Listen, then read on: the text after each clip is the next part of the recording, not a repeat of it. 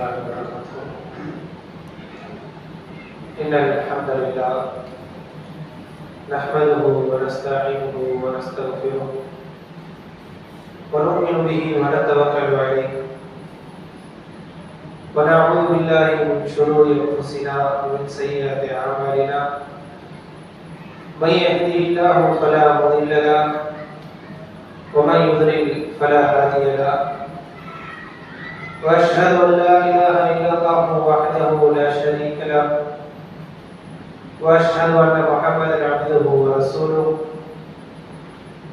فإن أصدق الحديث كتاب الله وخير الهدي هدي محمد صلى الله عليه وسلم وشر الأمور محدثاتها وكل محدثة بدعة وكل بدعة ضلالة وكل ضلالة في النار. وبعد. புகழும் புகழ்ச்சியும் இந்த உலகத்தை படைத்து காத்து பரிபாலித்துக் கொண்டிருக்கின்ற வல்ல நாயனாகிய அல்லாஹ் ரப்பல் ஆலமீன் அவனுக்கே உரித்தாக அவனது சாந்தியும் சமாதானமும் முஹம்மது நபி ஸல்லல்லாஹு அலைஹி வஸல்லம் அவர்கள் மீதும் அவர்களுடைய அடிச்சுவடுகளை பின்பற்றி வாழ்ந்த உத்தம சத்திய சஹாபாக்கள், தாபீன்கள், தபா தாபீன்கள், ஏனைய நல்லவர்கள் அனைவரின் மீதும் உண்டாவதாக என்று கூறியவனாக இம்மையும் மறுமையும் என்கின்ற இந்த தலைப்பின் கீழான இந்த உரையை ஆரம்பம் செய்யலாம் என்று நினைக்கின்றேன். அன்புள்ளவர்களே, மனிதனுடைய வாழ்க்கையை பொறுத்தவரைக்கும் மனிதன் ஒவ்வொரு காலகட்டத்திலும் பல கட்டங்களை கடந்து வருகின்றான். அவனுடைய வாழ்வில் ஒவ்வொரு காலங்கள் கடக்க கடக்க அவனுடைய வாழ்க்கையில் ஒவ்வொரு பகுதிகளை கடந்து வருகின்றான். ஒரு மனிதன் பிறந்தது முதல் குறிப்பிட்ட காலம் வாழ்கின்ற இந்த வாழ்க்கை என்பது குழந்தை பருவம் என்று சொல்லப்படும். ஒரு குறிப்பிட்ட வயதை அடைந்து வாழ்கின்ற வாழ்க்கை இளமை பருவம், அதை தாண்டிய பருவம் முதுமை பருவம். இப்படி மனிதனுடைய வாழ்க்கையில் பல கட்டங்களை மனிதன் கடந்து செல்வான். இந்த உலகத்தில் மனிதன் பல கட்டங்களை கடந்து விட்டாலும் அதே போல மறுமையில் பல கட்டங்கள் இருக்கின்றன, பல எல்லைகள் இருக்கின்றன. இந்த எல்லைகளையும் இந்த கட்டங்களையும் மனிதன் கடந்தால்தான் அடுத்த இடத்திற்கு அவனால் செல்ல முடியும். மனிதனுடைய வாழ்க்கை ஒரு சாதாரண மனிதனுடைய வாழ்க்கையை நாம் பார்க்கின்ற நேரத்தில் அது இம்மை வாழ்க்கையோடு முடிந்துவிடும். ஒரு மனிதர் முஸ்லிம் அல்லாத மனிதராக வாழ்கின்றார். அவர் இந்த உலகத்தை பற்றியான சிந்தனை அவருக்கு எப்படி இருக்கும் என்று சொன்னால், என்னுடைய மரணம் ஏற்பட்டு விட்டது என்று சொன்னால், நான் மரணித்து விட்டேன் என்று சொன்னால், அதற்கு பிறகு எனக்கு வாழ்க்கை என்பது கிடையாது. அதற்கு பின் நான் மண்ணோடு மண்ணாக ஆகிவிடுவேன், காற்றோடு கரைந்து விடுவேன், இப்படி ஏதாவது ஒரு நம்பிக்கையை வைத்திருப்பார். ஆனால் ஒரு முஸ்லிமுடைய வாழ்க்கையை பொறுத்த வரைக்கும், ஒரு முஸ்லிமுடைய அந்த நிலையை பொறுத்த வரைக்கும், ஒரு முஸ்லிம் எப்படிப்பட்டவனாக இருப்பான் என்று சொன்னால், நான் இந்த உலகத்தில் குறிப்பிட்ட ஆண்டுகள் வாழ்ந்த பிறகு நான் மரணித்து விட்டேன் என்று சொன்னால், அதன் பின்னால் நான் மறுமையை சந்திக்க இருக்கின்றேன். இந்த உலகத்தில் எப்படி ஒரு வாழ்க்கையை நான் வாழ்ந்தனோ அதே போல நாளைக்கு மறுமையில் நான் ஒரு வாழ்க்கையை வாழ இருக்கின்றேன் என்பதுதான் ஒரு முஸ்லிமினுடைய அந்த சிந்தனையாக இருக்கும். எனவே ஒரு முஸ்லிம் இரண்டு வாழ்க்கைகளை நம்பிக்கை கொண்டு வாழ்கின்றான். ஒன்று இந்த இம்மையினுடைய இந்த வாழ்க்கை, இன்னொன்று மறுமையினுடைய வாழ்க்கை. இப்படியாக இரண்டு வாழ்க்கையை வாழ்பவனாக மனிதன் இருக்கின்றான் ஒரு முஸ்லிமுடைய நிலையை. உண்மையிலேயே எந்த வாழ்க்கைக்கு நாம் முக்கியத்துவம் கொடுக்க வேண்டும், ஒவ்வொரு கட்டத்தையும் நாம் இந்த உலகத்தில் எப்படி கடக்கின்றோமோ அதே போல மறுமையினுடைய அந்த கட்டத்தை நாம் எப்படி கடக்க வேண்டும் என்பதையெல்லாம் நாம் அறிந்து கொள்ள கடமைப்பட்டிருக்கின்றோம். அன்புள்ளவர்களே, அல்லாஹ் ரப்பல் ஆலமீன் தன்னுடைய திருமறையில் கூறுகிறார், வமல் ஹயாத்து துன்யா ஃபில் ஆகிரத்தி இல்லா மதாஉல் குரூர். மறுமையோடு ஒப்பிடுகையில் இந்த உலக வாழ்க்கை என்பது இல்லா மதாஉல் குரூர், ஒரு ஏமாற்றம் தான் என்பதை அல்லாஹ் ரப்பல் ஆலமீன் சொல்லி காட்டுகிறார். அல்லாஹ் ரப்பல் ஆலமீன் இன்னொரு இடத்தில் தன்னுடைய திருமறையில் சொல்லுகின்ற நேரத்தில் இதே போன்ற பல வார்த்தைகளை யூஸ் பண்ணுவான். உங்கள் ஹயாத்து துன்யா, இந்த உலக வாழ்க்கையை பொறுத்த வரைக்கும் அது ஒரு வீடும் விளையாட்டும் என்று சொல்லி காட்டுகின்றான். அது ஒரு அற்பமான ஒரு விஷயம் என்று சொல்லி காட்டுகின்றான். அதற்கென்று எந்த ஒரு மதிப்பும் கிடையாது என்று அல்லாஹ் ரப்பல் ஆலமீன் சொல்லி காட்டுகின்றான். இப்படியாக இந்த உலகத்தையும் மறுமையும் ஒப்பிடுகின்ற நேரத்தில் அல்லாஹ் ரப்பல் ஆலமீன் மறுமைதான் முக்கியத்துவம் வாய்ந்தது, அங்கு நீங்கள் வாழப்போகும் அந்த வாழ்க்கை தான் மிகவும் முக்கியமானது என்பதை அல்லாஹ் ரப்பல் ஆலமீன் ஒவ்வொரு இடத்திலும் சுட்டி காட்டுவதை பார்க்கின்றோம். அன்புள்ளவர்களே, மனிதன் இரண்டு வாழ்க்கைகளை கடக்க இருக்கின்றான். இன்மையினுடைய வாழ்க்கை, அதே போல வறுமையினுடைய வாழ்க்கை. இப்போ மனிதன் கடக்கின்ற அந்த வாழ்க்கையில் எந்த வாழ்க்கை மிக நீண்ட காலம் எடுக்கும் என்பதை பற்றி அல்லாஹ் ரப்பல் ஆலமீன் தன்னுடைய திருமறையை சொல்லுகின்ற நேரத்தில், நாளைக்கு மறுமையை அடைந்த ஒரு மனிதன் அவனிடத்தில் அல்லாஹ் ரப்பல் ஆலமீன் கேட்பான், கால கம் லபித்த ஃபில் அர்தி அதத சினீன், இந்த உலகத்தில் நீ எவ்வளவு ஆண்டு காலம் வாழ்ந்தாய் என்று அல்லாஹ் ரப்பல் ஆலமீன் கேட்பான். அப்போது அந்த மனிதன் கூறுவான், கால லபித்து யௌமன் நவ் பஅத யௌம், நான் இந்த உலகத்தில் ஒரு நாள் அல்லது ஒரு நாளினுடைய ஒரு பகுதி, குறிப்பிட்ட ஒரு நேரம், அதை மட்டும்தான் நான் வாழ்ந்தேன், அதை தாண்டி எந்த ஒரு வாழ்க்கையும் நான் வாழவில்லை என்று சொல்லுவான். ஆனால் உண்மையிலே அவன் வாழ்ந்த காலகட்டத்தை நம்ம எடுத்து பார்க்கிற நேரத்தில் 40 வயது, 50 வயது, 60 வயது, 20 வயது, 30 வயது என்று பல ஆண்டுகளை கடந்திருப்பான். ஆனால் அவன் மறுமையோடு அதை ஒப்பிடுகையில் அவ்வளவு காலம் அவன் கழித்திருந்தாலும் கூட அந்த மறுமையினுடைய அந்த டைம் அவன் கம்பேர் பண்ணி பார்த்தான்னா அவன் என்ன சொல்லுவான், ஒரு நாள் கூட நான் வாழலை, ஒரு குறிப்பிட்ட நேரம் கூட நான் வாழலை என்று அவன் சொல்லுவான். அல்லது ஒரு 2 நாட்கள், ஒரு 10 நாட்கள் நான் வாழ்ந்தேன் என்று சொல்லுவானே தவிர 40 ஆண்டுகள் நான் வாழ்ந்தேன், 20 ஆண்டுகள் நான் வாழ்ந்தேன், 30 ஆண்டுகள் நான் வாழ்ந்தேன் என்று யாரும் சொல்ல மாட்டான். இப்போ அந்த அளவிற்கு மறுமையினுடைய காலகட்டம், மறுமையினுடைய வாழ்க்கை என்பது மிகவும் பெரியது இந்த உலகத்துடைய கம்பேர் பண்றது. இப்போ இந்த மறுமையினுடைய வாழ்க்கை என்பது நிரந்தரமான ஒன்றாக அல்லாஹ் அவர்கள் சொல்லி காட்டுகின்றார். ரசூலுல்லாஹி ஸல்லல்லாஹு அலைஹி வஸல்லம் சொல்லுகின்றார்கள், இந்த உலகத்துல எதுவாக இருந்தாலும் அழிந்துவிடும், குல்லுமன் அலைஹா ஃபான், எல்லாவற்றுக்குமே ஒரு எல்லை என்பது இருக்கிறது. அது ஒரு பொருளாக இருந்தாலும் சரி, ஒரு உயிராக இருந்தாலும் சரி, ஒரு மனிதனாக இருந்தாலும் யாராக இருந்தாலும் அதற்கென்று ஒரு எல்லை இருக்கிறது. அந்த எல்லையை யாராலும் தாண்டி விட முடியாது. நிரந்தரம் என்று இந்த உலகத்தில் எதுவும் கிடையாது. ஆனால் மறுமையினுடைய வாழ்க்கையை பொறுத்த வரைக்கும் ரசூலுல்லாஹி ஸல்லல்லாஹு அலைஹி வஸல்லம் சொல்கிறார்கள், மறுமையை பொறுத்த வரைக்கும் அந்த மறுமையினுடைய அந்த தினத்திலே அல்லாஹ் ரப்பல் ஆலமீன் ஒரு ஆட்டுக்குட்டியை கொண்டு வருவான். அந்த ஆட்டுக்குட்டி அறுக்கப்படும். அந்த ஆடு என்ன ஆடு அப்படின்னு சொன்னோம் அப்படின்னு பார்த்தோம்னா, அதுதான் மரணம். அதாவது அதுதான் மரணம் என்பதே கிடையாது, அதற்கு பின்னால் மரணம் என்பதே கிடையாது. மரணம் அந்த இடத்தில் ஆட்டுக்குட்டியினுடைய அந்த வடிவத்தில் அறுக்கப்படும். மரணம் என்பது எந்த மனிதனுக்கும் அந்த நேரத்தில் கிடையாது. மறுமை அடைந்து விட்டால் நிரந்தரமான ஒரு வாழ்க்கை, ஒன்று சொர்க்கத்திலோ அல்லது நரகத்திலோ அல்லது இரண்டும் கலந்தோ எப்படியோ நிரந்தரமாக அவன் வாழ்ந்தாக வேண்டும். அவனுக்கு முடிவு என்பது கிடையாது. அவ்வளவு நீண்ட ஒரு காலப்பகுதி. ஆனால் உலக வாழ்க்கை எடுத்து பார்த்தால் எதுவாக இருந்தாலும் ஒரு எல்லை இருக்கும். ஒரு பொருளை நம்ம வாங்கினா கூட குறிப்பிட்ட இத்தனை வருடங்கள், இந்த அளவுக்கு தான் இது உழைக்கும், இந்த அளவுக்கு தான் இது என்னது வாரண்டி எல்லாம் கொடுக்க முடியும் என்று எல்லை இருக்கு. ஆனால் மறுமையினுடைய வாழ்க்கையை நம்ம உலகத்தோட ஒப்பிடுகையில் எல்லை என்பதே கிடையாது.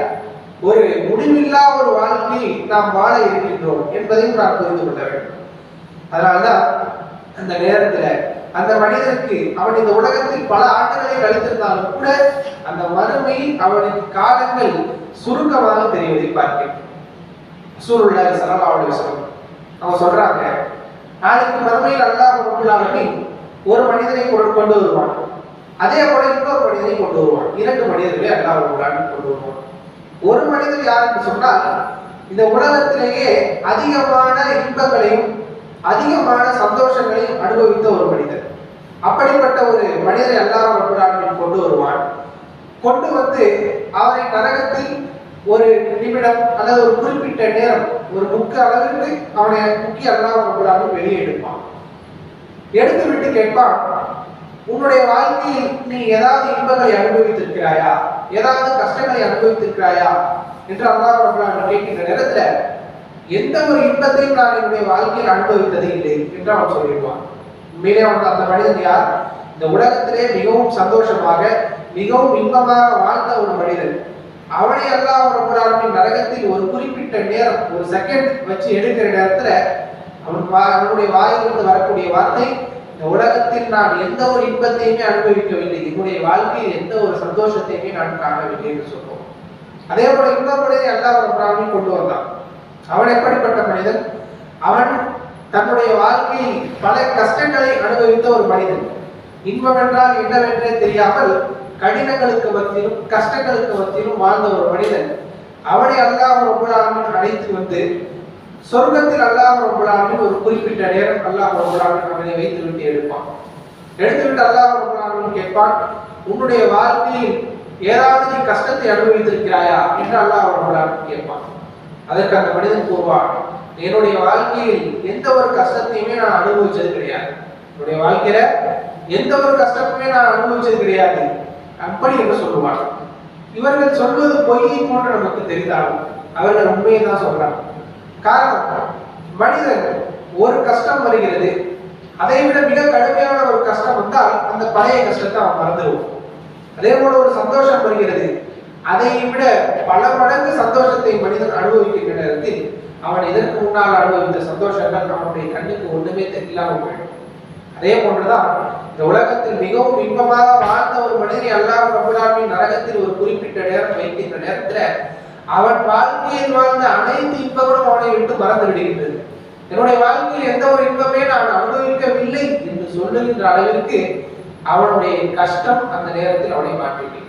அதே போலதான் இன்னொரு மனிதன், அவன் வாழ்க்கையில் பல கஷ்டங்களை அனுபவித்திருந்தாலும் அந்த சொர்க்கத்தை அவன் உணர்ந்தது, அந்த சொர்க்கத்துடைய இன்பங்களை அவன் அனுபவித்த அந்த ஒரு நொடி அவன் வாழ்க்கையில் பட்ட அனைத்து கஷ்டங்களையும் மறக்கடிக்கிறது என்று சொன்னால், இந்த உலகத்தினுடைய வாழ்க்கையை ஒப்பிடுகையில் இந்த உலகத்தில் எவ்வளவு கஷ்டங்கள் இருந்து விட்டாலும், எவ்வளவு துக்கங்கள் துன்பங்கள் துயரங்கள் இருந்து விட்டாலும் அது மறுமையோடு ஒப்பிடுகின்ற ஒன்றுமே இல்லாமல் போய்விடும். அதே போலதான் இந்த உலகத்தில் எவ்வளவு இன்பங்கள், எவ்வளவு சந்தோஷங்கள், எவ்வளவு மகிழ்ச்சிகள் இருந்து விட்டாலும் அந்த மகிழ்ச்சிகள் எல்லாம் மறுமையினுடைய துன்பத்தை நாம் ஒரு நொடி அனுபவித்து விட்டார் எந்த ஒரு விஷயமே நாம் அனுபவிக்கவில்லை என்பது போல் நம்முடைய வாழ்க்கை மாறிவிடும் என்பதை ரசூலுல்லாஹி ஸல்லல்லாஹு அலைஹி வஸல்லம் இந்த ஹதீஸின் மூலமாக நமக்கு தெரியப்படுத்துகிறார்கள்.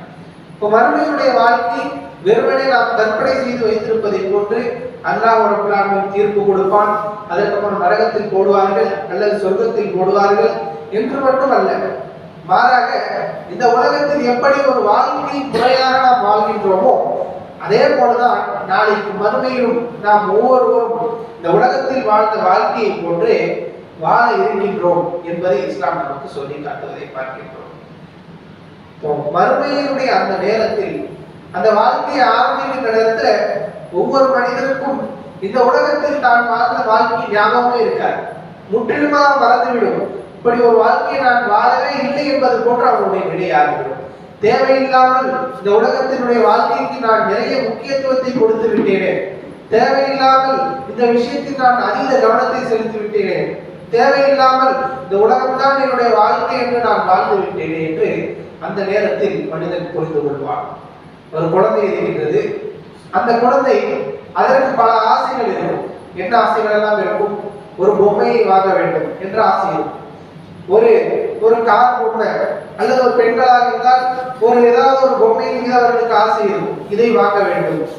அல்லது சமையல் செய்யக்கூடிய அந்த சின்ன சின்ன பொருட்கள் எல்லாம் அவர்களுக்கு ஆசையாக இருக்கும். அந்த நேரத்தில் அப்படிப்பட்ட வாழ்க்கையை வாழக்கூடிய அந்த குழந்தை அவனுடைய உலகமே என்ன தெரியுமா? அந்த பொம்மைகள் தான். உலகமே என்ன? அந்த பொம்மைகள் தான். உனக்கு இந்த பொம்மை வேண்டுமா? ஒரு கார் கொடுக்கப்படுகிறது, ஒரு சிறிய ஒரு பொம்மையினுடைய ஒரு கார் கொடுக்கப்படுது. உனக்கு இந்த கார் வேணுமா இல்ல உண்மையானே ஒரு கார் வேணுமா என்று கேட்டால் அந்த குழந்தை அந்த பொம்மை கார் தான் தேர்ந்தெடுக்கும். காரணம், அவனுடைய வாழ்க்கை அதுதான். அவனுடைய வாழ்க்கை அந்த வரையறைக்குள் சுருக்கப்பட்டிருக்கிறது. அந்த நேரத்தில் நிறைய விஷயங்களுக்காக நாம் அழுதிருப்போம். குழந்தைகளாக சிறுவர்களாக இருக்கின்ற நேரத்துல நிறைய விஷயங்களுக்காக நாம் அழுதிருப்போம், நிறைய விஷயங்களுக்காக நாம் சிரித்திருப்போம். ஆனா அதையெல்லாம் இப்போ நாம் நினைச்சு பார்க்கிற நேரத்துல இப்போ அந்த பழைய காலங்களை நாம் அழுத அழுகைகள் நாம் சிரித்த சிரிப்புகள் இதையெல்லாம் நினைத்து பார்க்கின்ற நேரத்துல நாம நினைப்போம், நான் தேவையில்லாம அழுதிருக்கிறேன், அது ஒரு விஷயமே கிடையாது, அது ஒரு வாழ்க்கையே கிடையாது, இதற்காக நான் அழுதிருக்கின்றேனே, இதற்காக சிரித்திருக்கின்றேனே என்று அந்த வாழ்க்கை மிகவும் நமக்கு அற்பமாக தெரிகிறது. நாம் வாழ்ந்த அந்த சிறுவர் அல்லது சிறுமியாக இருந்த அந்த காலகட்டத்தில் அந்த வாழ்ந்த வாழ்க்கை, அந்த குழந்தை பருவம் என்பது இப்போது நம்முடைய வாழ்க்கையுடன் ஒப்பிடுகின்ற நேரத்துல ஒண்ணுமே இல்லாம தெரியுது. அது ஒரு கஷ்டமே கிடையாது. ஆனால் அதற்காக நைட்டுக்குள்ளா சாப்பிடாம இருந்திருப்போம், இரவெல்லாம் அழுதிருப்போம், நாளெல்லாம் அழுதிருப்போம். ஆனால் அதை இப்ப யோசிச்சு பார்க்கிற நேரத்துல அது எனக்கு தேவையே கிடையாது என்று நாம் வருகிறோம். அதே போலதான் நாளைக்கு மறுமையில் ஒரு மனிதன் மறுமையுடைய வாழ்க்கையை வாழ ஆரம்பிக்கின்ற அந்த நேரத்துல அவன் உலகத்தில் வாழ்ந்த ஒவ்வொரு நொடிகளையும் யோசித்து பார்க்கின்ற நேரத்தில் நான் தேவையில்லாமல் இந்த வேலையை செய்திருக்கிறேன், இது எனக்கு தேவையே கிடையாது, அல்லது இதற்கு நான் முக்கியத்துவம் கொடுக்கவே தேவையில்லை, ஆனால் என்னுடைய மறுமைக்கு மேலாக நான் இதை தேர்ந்தெடுத்திருக்கின்றேன் என்று ஒவ்வொரு மனிதனும் அந்த நேரத்தில் கை சேதப்படக்கூடிய ஒரு நிலையாக இருக்கும் என்பதையும் குர்ஆனின் ஹதீஸின் மூலம் நாம் அறிய முடிகிறது. உதாரணமாக ஒரு மனிதனுக்கு ஒரு கஷ்டம் வருகிறது, அதை விட பெரிய கஷ்டம் வந்தால் அவன் பழைய கஷ்டத்தை மறந்துடும். ஒரு சாதாரண ஒரு தொழிலாளி இருக்கின்றார், திருமணம் முடித்த ஒரு தொழிலாளி, அவருக்கு ஒரு மனைவி இருக்கின்றார். ஆனால் அவருக்கு ஒரு பிரச்சனை என்ன அப்படின்னா, அவருடைய வீடு என்பது மிகவும் சிறிய ஒரு வீடு, அதில் இருப்பதற்கு கூட சரியான முறையில் இடமில்லாத அளவிற்கு மிகவும் சிறிய ஒரு வீடு. அதன் காரணமாக அந்த மனைவியோடு தினமும் பிரச்சனைப்பட்டுக் கொள்கிறார். அந்த மனைவி அவரை குறை சொல்லிக் கொண்டே இருக்கின்றார், எனக்கு வீடு பத்தல, எனக்கு வீட்டினுடைய அளவு பத்தல, எதற்கும் இடமில்லாமல் ஒரு வீடாக இருக்கிறது என்று தினம் தினம் குறை சொல்லிக் கொண்டே இருப்பதனால் அவர் மிகவும் மன உளைச்சலுக்கான ஒரு நிலையை ஆளாகின்றார். மிகவும் மன உளைச்சல் படுறாரு, இந்த பிரச்சனை எப்படி சரி பண்றதுன்னு தெரியலையே, இருக்க வீட்டுல தான் நம்ம வாழ முடியும், மிகவும் வீடு சிறியதாக இருக்கின்றது என்று கவலைப்படுகிட்டு, இந்த மனைவி டெய்லி பிரச்சனை பண்ணிக்கிட்டு இருக்காரு அப்படின்னு கவலைப்படுறாரு. இதற்கு ஒரு தீர்வு கிடைக்க வேண்டும் என்பதற்காக ஒரு துறவி இடத்துல செல்றார். அந்த துறவியிடம் சென்று இந்த விஷயத்தை சொல்றாரு, இது போன்று எனக்கு வீடு இருக்கிறது, மிகவும் சிறிய ஒரு வீடு, என்னுடைய மனைவி டெய்லி பிரச்சனை பண்றாங்க என்று சொல்லுகிறார். அதற்கு அந்த துறவி கேட்கின்றார், உன்னிடத்தில் ஆடுகள் இருக்கிறதா என்று கேட்கிறார். அவர் சொல்றாரு, ஆமா என்னிடத்தில் ஆடுகள் இருக்கு, அதான் என்னுடைய தொழிலாக நான் பார்த்துக் கொண்டிருக்கின்றேன். எத்தனை ஆடுகள் இருக்கு? என்னிடத்துல 40 ஆடுகள் இருக்கிறது என்று அந்த மனிதர் சொல்லுகின்றார். உடனே அந்த துறவி சொன்னாரு, அப்படியானா 40 ஆடை நீங்க எங்க வச்சிருக்கீங்க அப்படின்னு கேட்கிற நேரத்தை, நான் வீட்டுக்கு வெளியே ஒரு கொட்டாயில வச்சிருக்கேன் அப்படின்னு சொல்றேன். இப்ப நாளையிலிருந்து நீங்க என்ன செய்யுங்க அப்படின்னா, அந்த கொட்டகையில் இருக்கக்கூடிய அந்த 40 ஆடுகளையும் உங்களுடைய வீட்டுக்குள்ள வச்சிருக்கேன். நாளையிலிருந்து என்ன பண்ணுங்க, இரவு தூங்குகின்ற நேரத்தில் மற்ற நேரங்கள்ல வீட்டிற்குள் நீங்கள் அது மேய போகின்ற நேரத்தை தவிர மற்ற நேரங்களில் நீங்க வீட்டுக்குள்ள அந்த ஆடை வச்சு வளங்க அப்படின்னு சொல்றாரு. இவருக்கு மனசு கேட்கல, என்னடா ஏற்கனவே வீட்டுல இடம் பத்தல, அதன் காரணமாக தான் நம்மளுக்கு பிரச்சனை இருக்கு.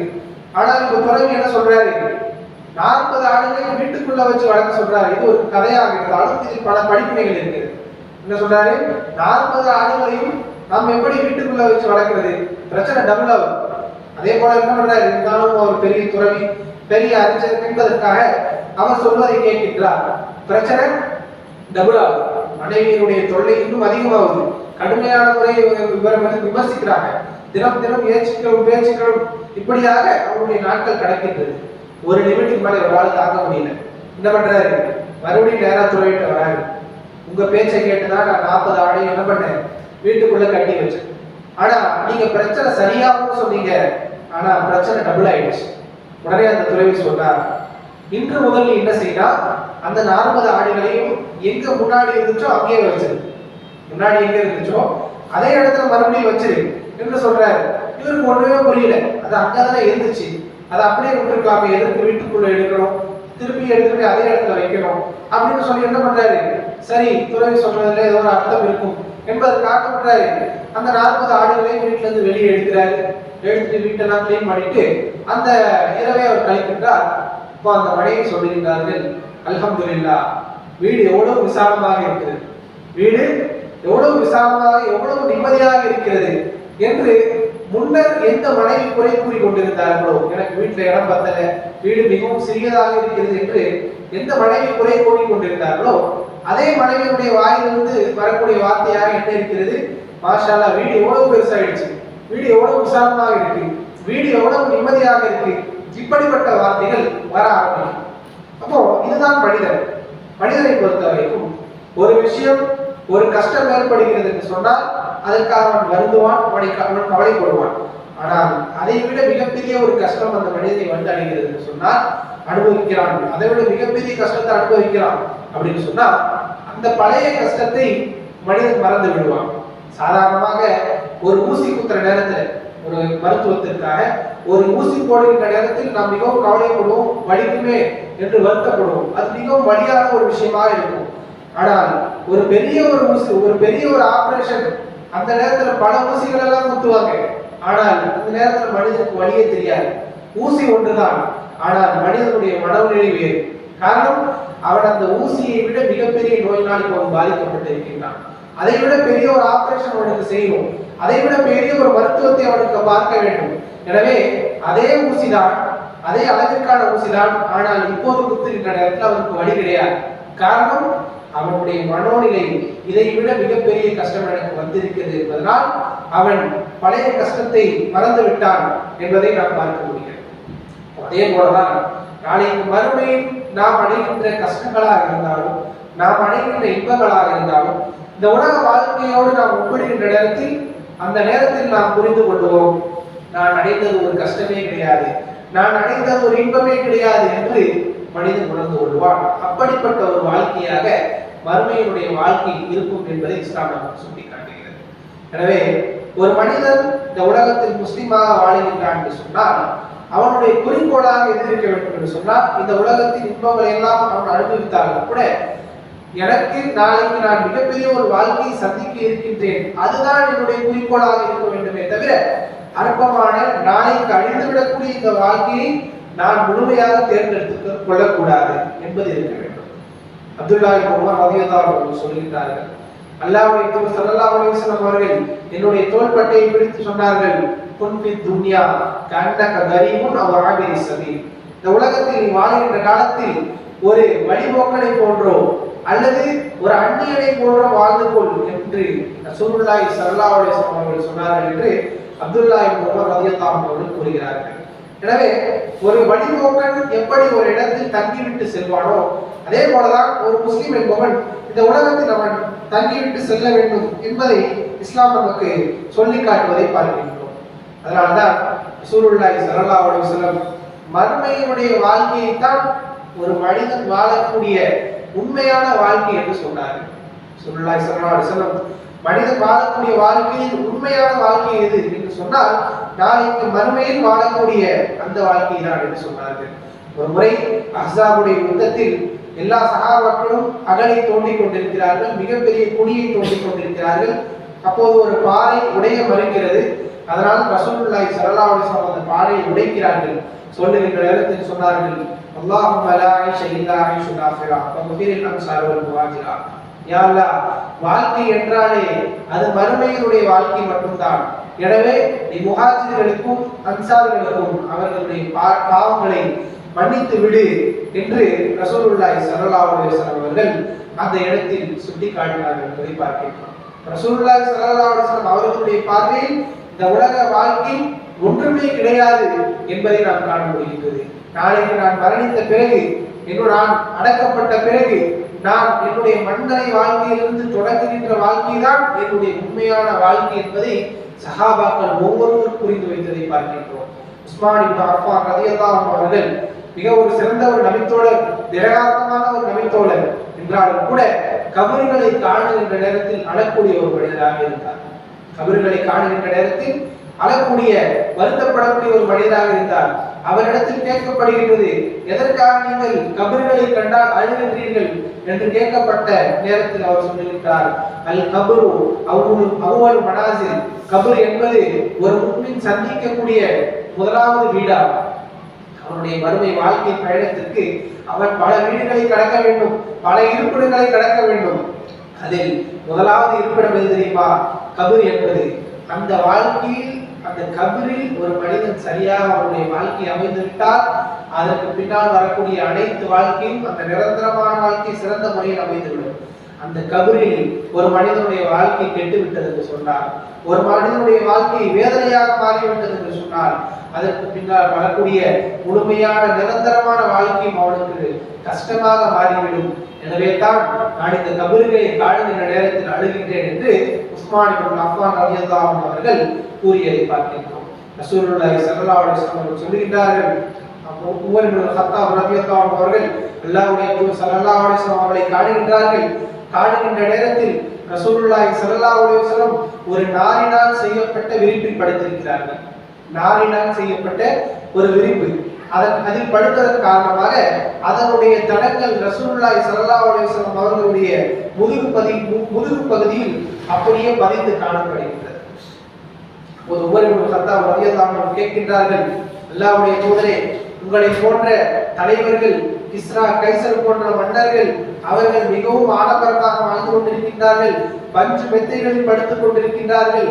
ஆனால் நீங்கள் இப்படி ஒரு நாரினால் செய்யப்பட்ட ஒரு கயிற்றில் படுத்ததன் காரணமாக உங்களுடைய முதுகு பாதிக்கப்பட்டிருக்கிறது என்று கேட்ட நேரத்தில் ரசூலுல்லாஹி ஸல்லல்லாஹு அலைஹி வஸல்லம் சொன்னார்கள், மாலி வலி துன்யா, வல்லாஹி எனக்கும் இந்த உலகத்திற்கும் என்ன தொடர்பு இருக்கிறது? எனக்கும் இந்த உலகத்திற்குமான தொடர்பு என்பது ஒரு பயணி ஒரு பாதையை கடந்து செல்லுகின்றார், அந்த கடந்து செல்லுகின்ற நேரத்தில் ஒரு மரத்தை பார்க்கின்றார், அதில் கொஞ்ச நேரம் ஓய்வெடுத்து விட்டு செல்லுகின்றார். இதே போன்ற ஒரு மனிதனுடைய நிலைதான் என்னுடைய நிலையும். நான் வறுமையை நோக்கி சென்று கொண்டிருக்கின்றேன், வறுமையினுடைய வாழ்க்கையை நோக்கி சென்று கொண்டிருக்கின்றேன்.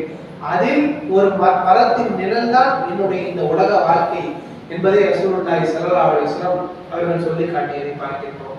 இன்னொரு இடத்தில் ரசூலுல்லாஹி ஸல்லல்லாஹு அலைஹி வஸல்லம் அவர்கள் சொல்லுகின்றார்கள், இந்த உலகத்திற்கும் மறுமைக்கும் உண்டான தொடர்பு என்ன தெரியுமா? இந்த உலகத்தையும் மறுமையும் நாம் ஒப்பிட்டு பார்த்தால் ரசூலுல்லாஹி ஸல்லல்லாஹு அலைஹி வஸல்லம் ஒரு ஓமையை கூறினார்கள். ஒரு மனிதர் கடலில் தன்னுடைய விரலை முக்குகின்றார், முக்கிவிட்டு எடுத்தால் அவருடைய அந்த விரலில் எந்த அளவிற்கு நீர் ஒட்டி இருக்குமோ அதே போலதான் மறுமைக்கும் இந்த உலகத்திற்குமான தொடர்பு என்று ரசூலுல்லாஹி ஸல்லல்லாஹு அலைஹி வஸல்லம் கூறுகிறார்கள். அதாவது நாளைக்கு நாம் மறுமையின் வாழ்க்கையை வாழப் போகின்றோம். அந்த நேரத்தில் நாம் என்னதான் இந்த உலகத்தில் இன்பங்களை அனுபவித்திருந்தாலும் கடலில் இருந்து ஒரு மனிதனுடைய விரலில் எவ்வளவு நீர் ஒட்டி இருக்குமோ அந்த அளவிற்கு இன்பங்கள் மட்டும்தான் இந்த உலகத்தில் இருக்கிறது மறுமையோடு ஒப்பிடுகையில் என்பதை ரசூலுல்லாஹி ஸல்லல்லாஹு அலைஹி வஸல்லம் கூறி காட்டியதை பார்க்கின்றோம்.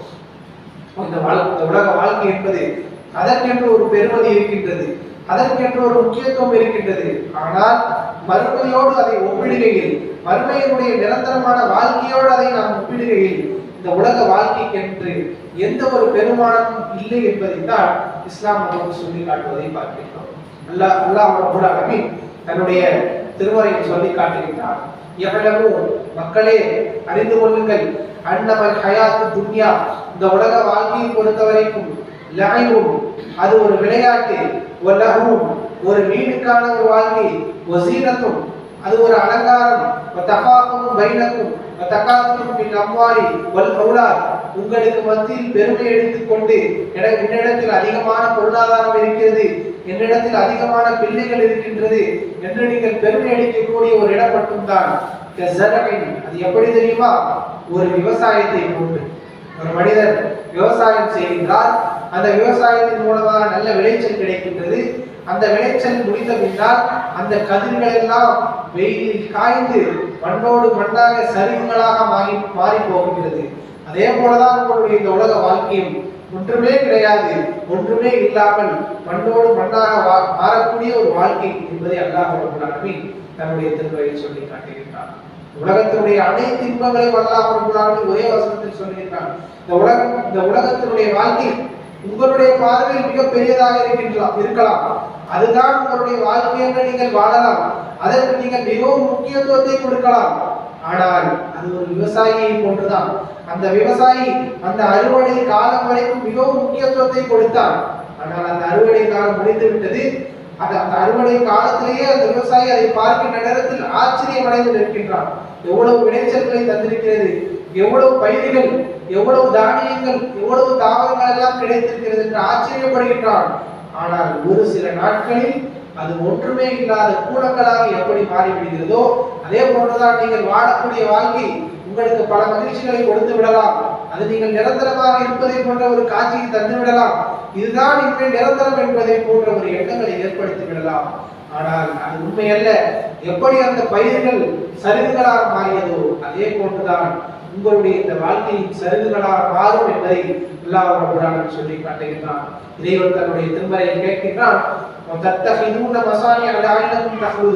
நீங்கள் கட்டுகின்ற கோட்டைகளை எல்லாம் பார்த்தால் நீங்கள் நிரந்தரமாகவே வாழ்ந்து விடுவீர்கள் என்பதை போல நீங்கள் கோட்டைகளை கட்டி கொண்டிருக்கின்றீர்கள்.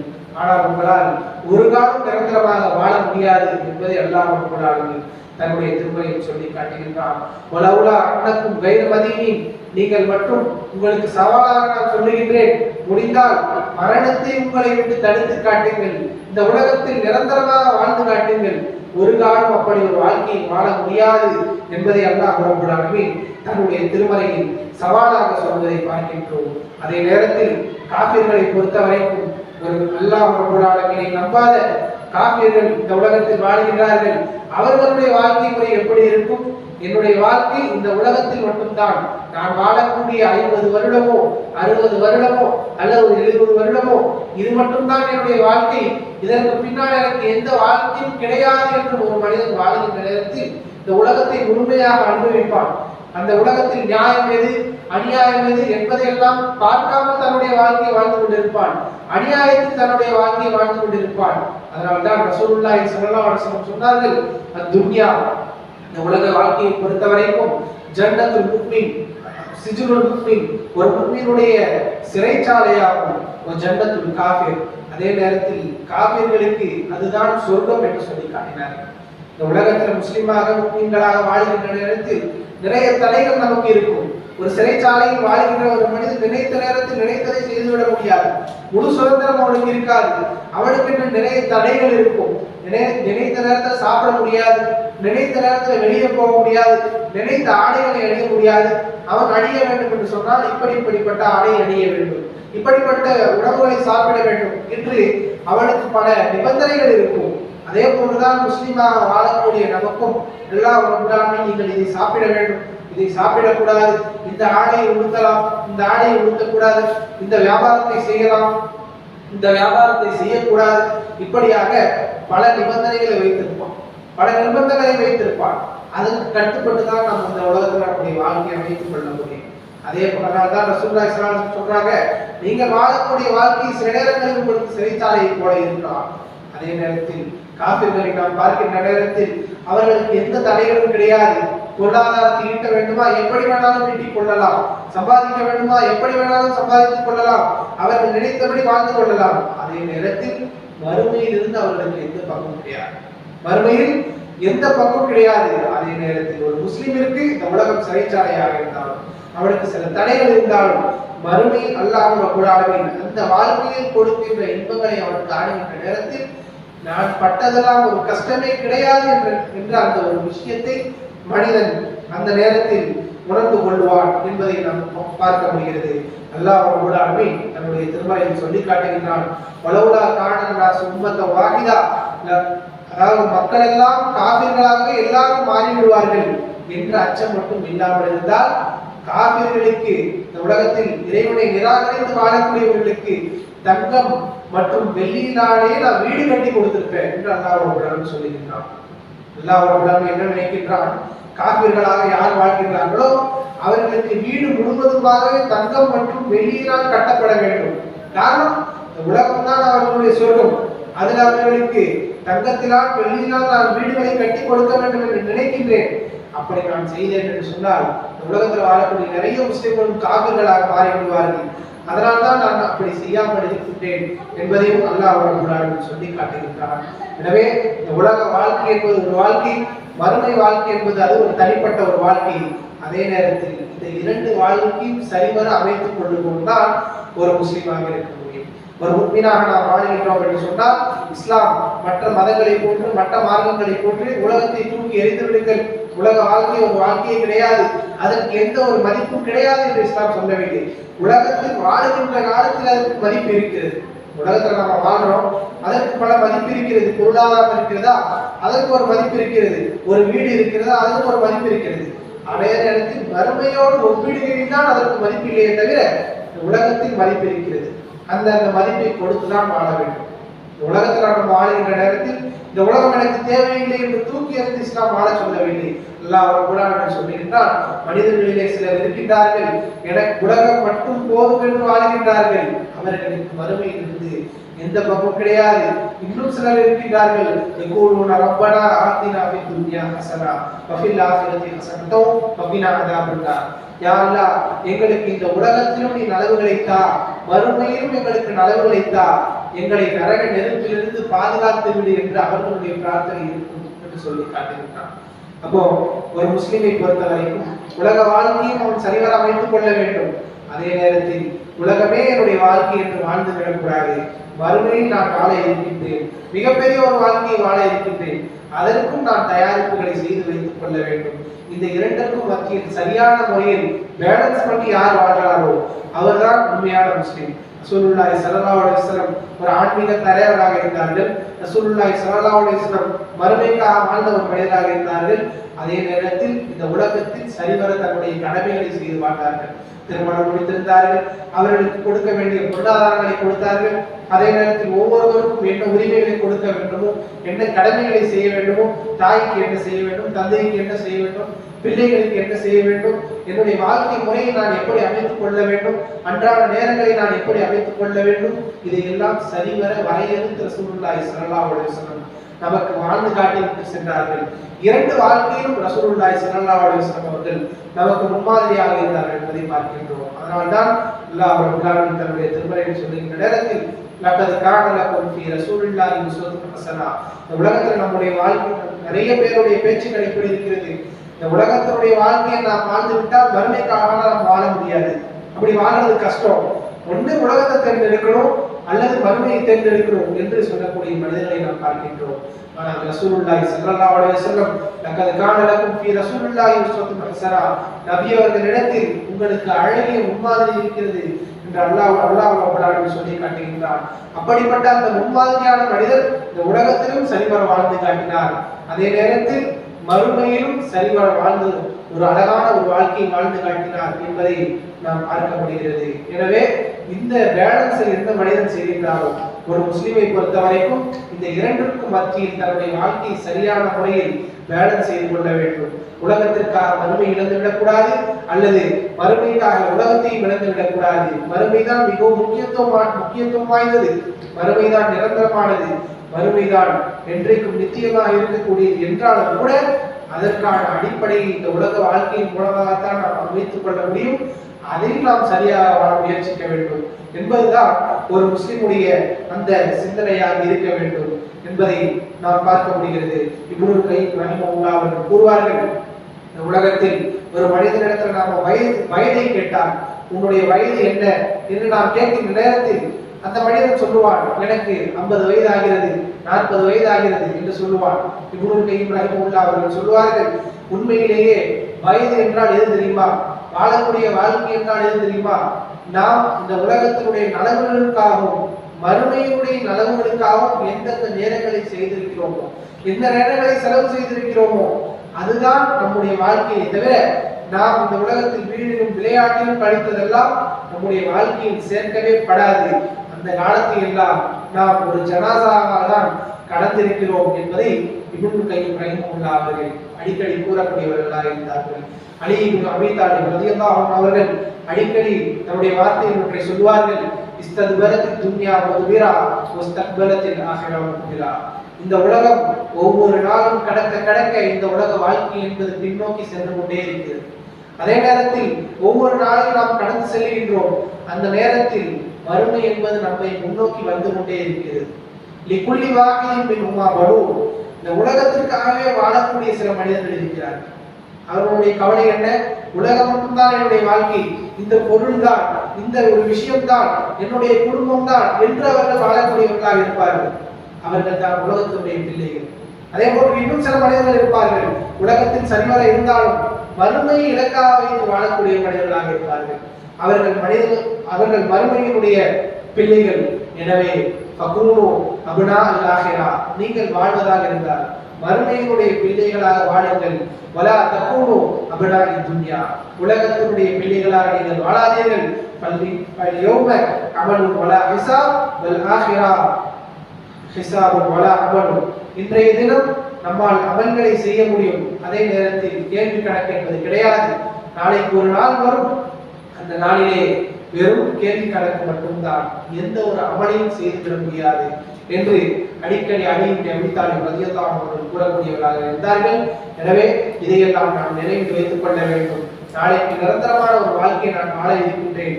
அந்த நேரத்தில் இந்த உலக வாழ்க்கையை நான் கம்பேர் பண்ணி பார்த்தேன்னா இது ஒரு தூசிக்கு கூட சமானம் இல்லாத ஒரு வாழ்க்கை. இப்படிப்பட்ட ஒரு வாழ்க்கையை தான் நான் இன்று வாழ்ந்து கொண்டிருக்கின்றேன். நாளைக்கு நிரந்தரமான ஒரு வாழ்க்கையை நான் சந்திக்க இருக்கின்றேன். அந்த வாழ்க்கை தான் எனக்கு முக்கியத்துவம் வாய்ந்தது. அதற்காக இந்த உலகத்தில் என்னென்ன தியாகங்களை செய்ய முடியுமோ, என்னென்ன நேரங்களை ஒதுக்க முடியுமோ, என்னென்ன விஷயங்களை எல்லாம் செய்ய முடியுமோ அதன்படி என்னுடைய வாழ்க்கையை நான் அமைத்துக் கொள்ள வேண்டும். மற்றபடி காபிர்களை போன்ற என்னுடைய சிந்தனை இருக்கக்கூடாது. சடரீதியாகவும் இந்த உலகம் நிரந்தரமானது, இதற்கு பின்னால் எந்த ஒரு வாழ்க்கையும் இல்லை என்று வாழக்கூடியவர்களை போன்ற நம்முடைய வாழ்க்கையை நாம் அமைத்துக் கொள்வோம் என்று சொன்னார், நாளைக்கு மறுமையில் அல்லாஹ் ரப்பல் ஆலமீன் கொடுக்கின்ற கூலியை காணுகின்ற நேரத்தில் அந்த நேரத்தில் கை சேதப்பட்டவன் எல்லாம் நாம் ஆகிவிடுவோம். அந்த நேரத்தில் அல்லாஹ் ரப்பல் ஆலமீன் அந்த வாழ்க்கையில் ஒரு மனிதனுக்கு கொடுக்கின்ற அந்த இன்பங்களை காணுகின்ற நேரத்தில் எல்லா அமல்களையும் செய்த மனிதன் கூட மிகவும் கவலைப்படுவார். ரசூலுல்லாஹி ஸல்லல்லாஹு அலைஹி வஸல்லம் சொல்கிறார்கள், மறுமை வந்து விட்டால் எல்லாருமே கவலைப்படுவார்கள். நிறைய அமல்களை செய்த மனிதர் கூட என்ன கவலைப்படுவார் தெரியுமா? நான் இன்னும் கொஞ்சம் அதிகமா செய்யாம போயிட்டேனே என்று கவலைப்படுவார். அதே நேரத்தில் பாவங்களை செய்த அந்த மனிதர் என்ன கவலைப்படுவார்? நான் பாவங்களை செய்யாமல் இருந்திருக்கலாமே என்று அந்த கவலைப்படுவார். அந்த அளவிற்கு அல்லாஹ் ரப்பல் ஆலமீன் அந்த நேரத்தில் வாரி வணங்கக்கூடியவனாக இருப்பான். அந்த வாழ்க்கை என்பது நாம் கற்பனை செய்ய முடியாத ஒரு வாழ்க்கையாக ரசூலுல்லாஹி ஸல்லல்லாஹு அலைஹி வஸல்லம் சொல்லி காட்டினார்கள்.